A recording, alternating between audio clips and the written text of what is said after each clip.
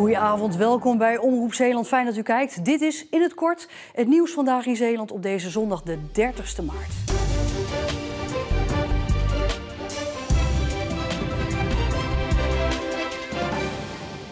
Chris van Wezel, Vlissings raadslid. Ja, die raadzaal wordt verbouwd. Heeft u het al gezien?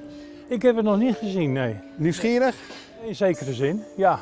Ik ben wel benieuwd naar het eindresultaat, klopt. Laten we eens gaan kijken. Ja. Vlissingen verbouwt de raadzaal. De afdeling voorlichting van de gemeente vindt dat nu geen nieuws en daarom mogen we de raadzaal niet filmen. Maar gelukkig neemt raadslid Van Wezel ons mee naar binnen. Doet de pasje het niet meer? U mag de raadzaal niet in. Nou, vrijdagmiddag kon ik ook niet naar binnen komen.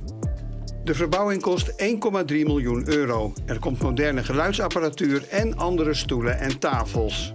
Nou, meneer Van Wezel, ja, we kunnen niet naar de zaal, hè? Nee. Dat is kennelijk top secret of zo, ik weet het niet. De verbouwing is misschien geen nieuws, maar het is wel leuk om de bevolking ook te laten zien van nou, dit is fase 1, fase 2, fase 3 en ja, dat toch? wordt het dan. Ja. Dus dat had wel leuk geweest. Ja, want we praten natuurlijk over de raadzaal, het huis van de Vlissingers. En dan is er nog iets. De Vlissingse raadsleden moeten tijdens de verbouwing vergaderen in het waterschapskantoor in Middelburg. En dat doet pijn. En dat betekent tevens dat bewoners die naar vergaderingen willen, langer moeten reizen, kosten moeten maken, misschien zelfs niet kunnen omdat ze invalide zijn of weet ik veel wat. En ja, dat voelt niet goed.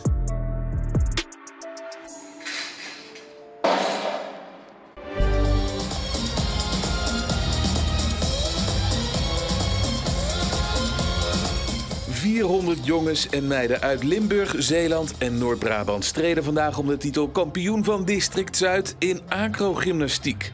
Wedstrijden van deze grootte worden vaak ergens anders georganiseerd, maar deze keer was het in Vlissingen. Wij organiseren dit omdat we dit jaar 125 jaar bestaan. En er is elk jaar een kampioenschap Zuid, maar dat wordt steeds door een andere vereniging georganiseerd. En dit jaar, in het kader van onze verjaardag, organiseren wij het.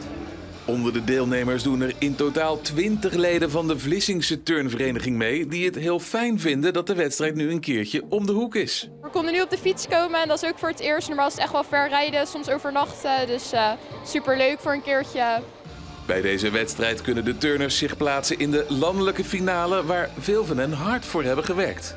3 keer per week trainen, 7,5 uur in de week. En dan nog wedstrijddagen, ja, dat kost veel tijd. En dat trainen is niet voor niets, want een tribune vol publiek kon in ieder geval het hele weekend genieten van diverse acrogym-optredens.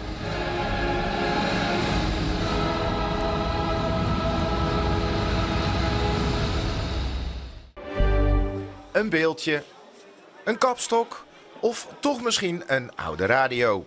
Voor de 50ste keer was het dit weekend de rommelmarkt van Kloosterzande.